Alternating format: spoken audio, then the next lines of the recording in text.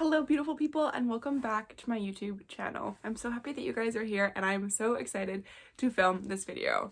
I said in my, I believe, anticipated reads of 2023, maybe, video that I was going to try and do a recap of every book that I read in the year of 2023. And I read 45 books, which is quite a lot of books to recap, and I didn't want this video to be 17 years long. So I decided that the best way to do this would be to tier rank every book that I read in the year of 2023. So without further ado, let's just get to tier ranking every book that I read in the year of 2023. Alright, so you guys can see the tier rank. So at the top we have I Live Here. We then have You Get a Silver Medal for books that were good, around like 4 stars probably, like books that I remembered that I liked. You get a silver medal, like you were close to getting first, but you know, I don't quite live there. And then I have You Are Good, but I'm waiting for you to be great, that famous Abby Lee Miller quote. And then I have Room Temperature Hot Chocolate. You know, book like, it's fine. You don't really like it. You're kind of sad that it's not hotter. That's my tier. And then What Did I Read? Now, What Did I Read could be because it was really bad. I have no recollection of it. I don't really know what happened, or I just like didn't enjoy it at all. So those are my tiers, and let's just get right into the video. So the first book that I read in 2023 was actually Twisted Games, and I have to put that in What Did I Read? I'm sorry, I don't really remember this book, but what I do remember is that I didn't like it, and it was one of those things that I think my Goodreads review was like, why did I read this and who let me read this? Like, it just wasn't a book that I really clicked with. I found it kind of boring. It just didn't have a lot of chaos to it or like fun if it was going to be bad in any sense. So that is why it's going in What Did I Read? And then have A Court of Silver Flames, and I think everyone knows where this is going. I live there. I live in Velaris. I live with my babies. I loved this book. I read it physically for the first time and I loved it. And then this year I read it on audiobook and I loved it even more. There is something so magical about these characters in this book, and just their found family and everything that I will never not be in love with. And then have Part of Your World. I loved this book. I really did. It's a bit of a small town, big city age gap, but reversed, because she's from the big city, she's a successful doctor, and he is from the small town and he's like a little bit younger. But I loved this book. It's gonna get a silver medal. You know, there were parts that I could have like wished would have been like a bit shorter, aka like miscommunication, or like I just want them to be together. Like, I love them so much. Yours Truly, it did not compare to the magic that was the first book. It didn't. I'm sorry. Throne of Glass. I want to put it in What Did I Read? Because I did not like this book. I didn't care about the characters. I didn't really care about like the whole assassin situation. I didn't. However, because it's SJM, like I kind of want to put it in like Room Temperature Hot Chocolate, because it objectively like wasn't awful. It just didn't really click with me. I'm gonna temporarily put it in Room Temperature Hot Chocolate and we'll see where we go. Astrid Parker Doesn't Fail is definitely gonna go in You Were Good, but I'm waiting for you to be great. I think that this book had a lot of things going for it. I think that I really enjoyed like the whole renovation, and Ashley Herring Blake just painted the most beautiful setting, but there also were some, not even plot holes, but some underdevelopment of certain characters' stories, and it was good, but I'm waiting for it to be great. Iris Kelly Doesn't Date. This one was so painful for me to get into. I think it's gonna go in What Did I Read? That seems kind of mean. Maybe I'm being a bit harsh, but I didn't like how Iris talked to herself. I didn't really like how parts of the relationship kind of played out, and it was really kind of a struggle for me to get through, which was really sad for the ending of the Bright Falls series. But I wasn't a fan, and also I'm not a big play girl, so I feel like having it be a lot around play, I don't know. I also don't feel like the representation for Stevie's anxiety was the best, because I feel like it was constantly just saying like, I have generalized anxiety disorder and that's why I'm doing these things. And so it just kind of pulled you out of the story when she was just, it felt like she was tossing a diagnosis a lot rather than just being like, this is me, I have anxiety and this is how it is. But I don't know. I didn't feel like it had the best representation for it personally, in my opinion. Happy Place by Emily Henry. You get a silver medal. I read this book twice last year. I read it twice. The first time I read it, I rated it 3 stars. The second time I read it, I loved it. I really got to read the story she was writing, because the first time I read it, I was like, I just want these characters to be together. Why aren't they together? And then when I sat back and was like, hold on, you're not reading the story. You're not actually like reading why they're not together. What happened? And then when I did that on my reread, I fell in love with it and I loved this story. Legends and Lattes, you were good, but I'm waiting for it to be great. I enjoyed it. I gave it, I think, like 3.5 stars. It was a really fun, cozy fantasy. Like, I was expecting a bit more for how much everyone hyped it up, I think, and I enjoyed it. It was good, but I'm waiting for it to be great. But I definitely want more cozy fantasy recommendations, so definitely leave those in the comments below if you have any good ones that you felt just like are amazing cozy fantasies or just like cute and cozy. The Bodyguard, I think you get a silver medal. I know I talk about this book a lot because I really enjoy it, but I don't live there. You know, I'm not constantly, well, I am constantly thinking about it, but I don't live with these characters, and I enjoyed it. Like, I read it this year and I read it last year. It was fun. I like it. I'm sorry to put The Last Sacrifice in room temperature hot chocolate. I am, but there is something, I love the Vampire Academy series simply because I loved the movie growing up, like the movie with what's her name, Zoe Deutsch, and I think Lucy Fry as well as the other main lead. I love that movie. Like, say what you want about it, you can't dissuade me from loving that movie. However, I will say the one thing about the Vampire Academy books that never fails is the just repeated repetition. Like, it is book 6 and we are like explaining what a Strigoi is still. Like, we are explaining like the Moroi. Like, there is so much repetition that it kind of became like a little bit of a joke. And the funny thing is in this series, I believe it's a 6-book series, I only read 5 of the books. I skipped book 2 and I feel like I haven't missed anything because there was quite a large recap in book 3 of book 2. Their books aren't great, but I can understand the nostalgia effect of them and like just kind of the fun time. And that's why it is room temperature hot chocolate. Icebreaker, you're good, but I'm waiting for you to be great. I enjoyed it, but like not a lot happened. There were a lot of kind of like plot holes in like why everyone was like, why Stassi was so mad at Nathan. Like, it didn't really affect her rank time, but also Nathan was really sweet. So that's where it's going. Oh my god, this book. I don't remember what happened in this book. All I know is that it was a fever dream of kind of like weird fantastical elements that I had no clue what was happening. I was so confused. And like all I remember is like some sort of like flying mythical being that wasn't a dragon and like demon attacks sort of, but outside the city, but we're under the foot of someone else and there's cameras and it's kind of a competition, but it's not. I don't know. Fourth Wing, you were good, but I'm waiting for you to be great. Objectively, this book was fine. Actually, no. Room temperature hot chocolate. Sorry. Got a little confused there. It was fine. Like, I think if you're going into it expecting nothing except just like funnish vibes and talking dragons, you're gonna have a good time. But like, you're gonna have to get far into this book before you have a good time. Like, that intro, she's long. And I feel like the thing that I enjoyed about this book was Tarn, specifically. And, you know, that's just, it's not a lot if you think about how chonky this book, and especially the second book. Oh my god, Iron Flame. Iron Flame. What did I read? What did I read? Like, this book was such a dumpster fire. There was no reason for it to be 251,000 words. The audiobook did not need to be 29 hours long. My favorite dragons, they were not favoriting in this book.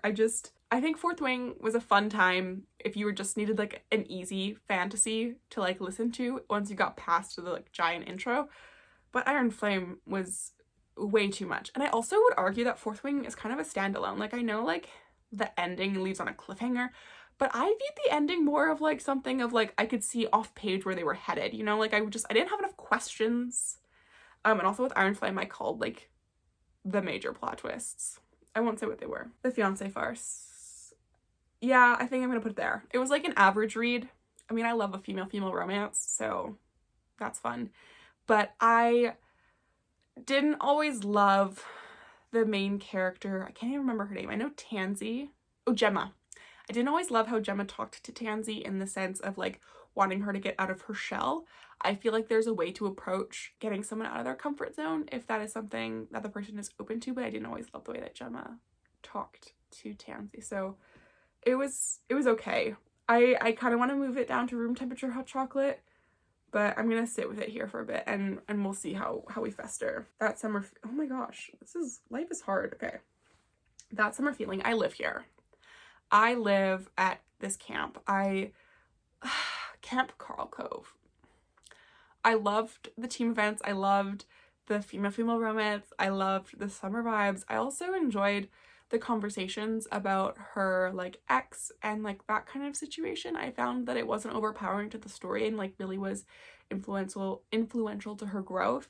I will say the one thing that I don't really love about this book is that the main character's name is Garland, because it gives me like Christmas vibes. Like I feel like that would be like in like Noelle, the Christmas movie.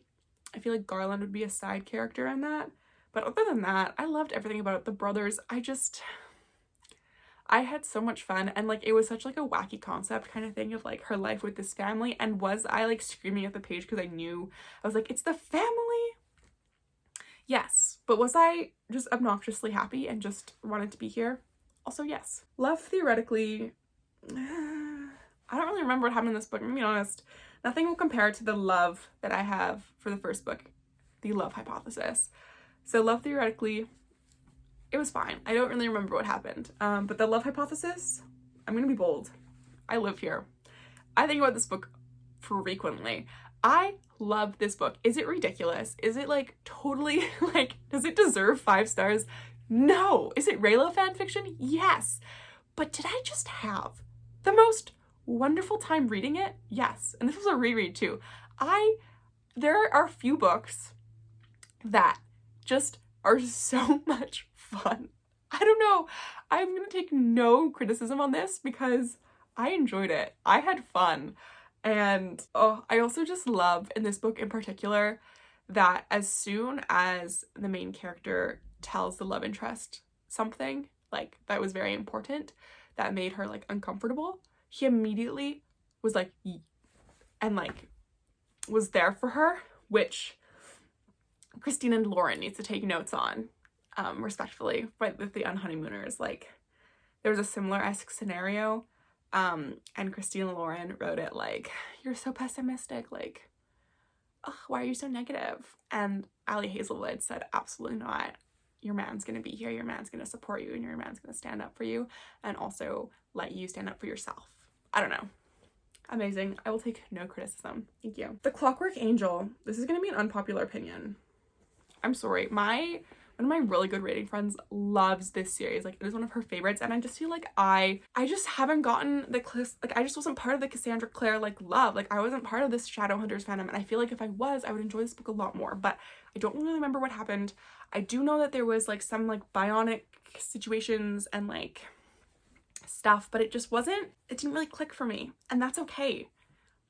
But it didn't work for me. But I have heard that it is a lot of people's favorites that have read Shadowhunters, so I wouldn't let my opinion of non-Shadowhunter like knowledge and such dissuade you from this series. Love in Other Words doesn't even deserve to go in what I read here. This book makes me so angry, and I made a TikTok about it, so I won't really get into it, but the author's choice to have the main character taken advantage of and assaulted, and then mark it as infidelity and absolutely scar this character and like have it influence relationships for the rest of his life and mark it as infidelity is a decision that I will never understand why they chose to do that and how it got published, and I don't want to talk about it anymore. Thank you. Emily Henry.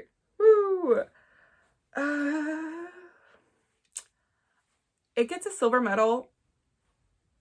It does. I reread it this year and I enjoyed it, but I will say in the middle I was like not bored, but I definitely wasn't like in the best place to read this book, I think. But I love Charlie Lanstra.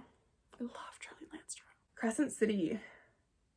It also gets a silver medal. I know. I just found that with my reread, so I read it before, with my reread of this book, I found that I was a little bit more frustrated at the as what Carrie can read says, the frat boy language that is in this book. Like, I was just getting like a little bit annoyed at some of the immaturity in the characters of like just like the way they were speaking, or like just the way they were talking about things in like Alpha Hole and like things like that I just kind of was a little bit more aware of this reread. And I think that I'm definitely like in a different place. Like, the first time I read this, I was like graduating high school. Like, I was a baby. And like, do these characters hold a special place in my heart? Absolutely. It's just because you get a silver medal, it's not a bad place. I don't know why I'm justifying myself, but I think it was one of those things where the language in this book, I don't know, language just kind of took me out of the story a little bit this go around. Flawless. I live here. I live on the Eaton Ranch. I do indeed. I love it here. I'm happy here. I really, really love why Rhett has to have Summer by him. Like, when I was reading it, I was like, this is so silly. Like, this is so silly. And then when I've just come full circle. Like, I've just come, like, I love it. I think it's hilarious. I think it's ridiculous. Because when I was reading it, I was like, this is funny, but like, why? And now I'm like, exactly why? It's so good. Wildfire. I think it's gonna go, what did I read? I just think that these characters, they really needed therapy, and I say that with love and kindness, and that therapy would genuinely benefit them, because I felt like this story went from like big cast of characters that I didn't remember from the first book that like really were like mentioned once and never seen again, to now we're at a summer camp and I'm like flirting with you, but then it's like, oof, family trauma and like my problems, and then from her perspective it's like, oh yeah, I'm with him, but like, oof, trauma, family problems. And like, they genuinely needed to talk to somebody because they both needed help navigating the situations in their life, and it really bothered me. Room Temperature Hot Chocolate. This book was described by Lexi, and she was like, you're gonna hate both of the characters. And I would say that that is an accurate description. I really think that this book was one of those books that if you're not a character-driven reader, you will probably enjoy it a bit more. But for me, who likes to have likable driven characters, it was a bit hard. And also just like the timeline and some of the the characters' decisions. I was particularly angry at one of the characters in particular. But I did talk about this in a wrap-up video, I believe. So I'm sure you guys will be able to go find that if you want some more thoughts. Anyway, I think now that I'm sitting here, I think I'm gonna move the Fiancé Forest down to Room Temperature Hot Chocolate, because after like the cover is so good. The cover is so good. But after sitting with it, I think she needs to go. She needs to move down. My roommate is a vampire. You were good, but I'm waiting for you. Part of me wants to put her in silver medal because this book was so much fun. I had so much fun like listening to this really old vampire be like, how do I navigate modern society? And was it completely ridiculous? Like, was it absolutely, totally 100% ridiculous? Yes. But did I have the best time? Yeah. It was also kind of like spooky season. So I was having a good time. I found it really funny, and honestly, it was a good time. I would recommend if you're just like wanting something light, easy, and silly, and something that you don't have to like look too hard into, and just like let yourself enjoy the story. A Natural History of Dragons. A Natural History of Misogyny and Politics, as I have described it in my reading vlog. If you want more thoughts on that, you can look on my TikTok or in a reading vlog, because this book makes me angry. Same time next year, You Were Good, But I'm Waiting for You to Be Great. You were a short novella. You took like 2-3 hours, 4 hours, something like that of my life. And you were fun, but you did mess me up for Flawless, because I totally started reading Summer's Name is Sumner during Flawless. I liked when she made him broccoli cheddar soup. The Stardust Thief. You Were Good, But I'm Waiting for You to Be Great, I think. Yeah, I'm gonna go with that. I think it's one of those stories that I really enjoyed reading, and the ending I really loved, but it hasn't stuck with me the way I thought it would. Like, I really thought that I would be kind of like sitting here for longer and being like really stewing, but I'm not. I enjoyed it. It was interesting. Definitely the ending. But I'm not really like, I want the next book, but I'm not dying for it, you know? The entire series of Once Upon a Broken Heart is going into Room Temperature Hot Chocolate. I know this is a very controversial opinion, but this book series did not need to be 3 books. I'm sorry, like, the overarching plot line that occurred could have easily been like 1 book, maybe like a little bit of a chunkier book. It did not need to be 3 books. But the fashion in this series was impeccable. The way that Stephanie Garber described it was amazing. Alive and Wells. I'm also gonna put her in Room Temperature Hot Chocolate. It was okay, but I wasn't a huge fan of it. Ooh, my babies. Okay. So, Heartless. I live here. This is my favorite book of the entire series. Like, I love this book. I love Kate and Willow with my entire being. I am obsessed. I am in love. I love them so much. Reckless, you get a silver medal. You were really good. You were so close to being there, but I was in too much emotional distress to really live there. Because for my mental health, I can't live there. I can't. Hopeless, room temperature hot chocolate. I didn't like this one. I didn't like this one very much. I didn't really like Beau. I didn't really like what was happening. But the epilogue and the last chapter I did like. So, yay! Off to the Races. I feel like I'm gonna put Off to the Races here. I don't know, there's something about the vibes of Room Temperature Hot Chocolate that really, you know, fits this book in the sense that I really liked it when I read it, but again, it hasn't really stuck with me, and I've also read better in the other books in the series, you know? A Photo Finish, you were good, but I'm waiting for you to be great, I think. If the front runner was here, you know, she'd be in a silver medal because, you know, they're good, but they were also her debuts, right? And I just think with Off to the Races, like, there wasn't like that classic Elsie like tension, banter. Well, there was banter, but like there wasn't like that tension, that build up that she had in her other books, and that's totally fine. It was her debut.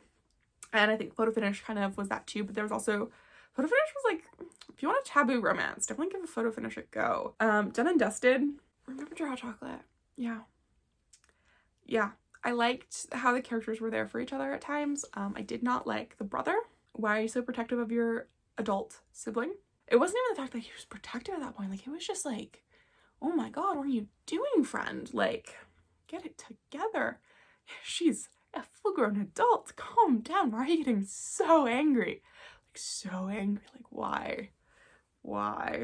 And then I think I'm also gonna put Indigo Ridge and Room Temperature Hot Chocolate. Like, it was fine, but there wasn't that tension, that build up, because the characters were kind of just together, and the murder mystery that was happening with the romance, kind of like romantic suspense almost. I don't know if that's the right category, because I don't know if this is romantic suspense, but there was romance in one section, and then there was like suspense because our badass female main character was solving like the murder.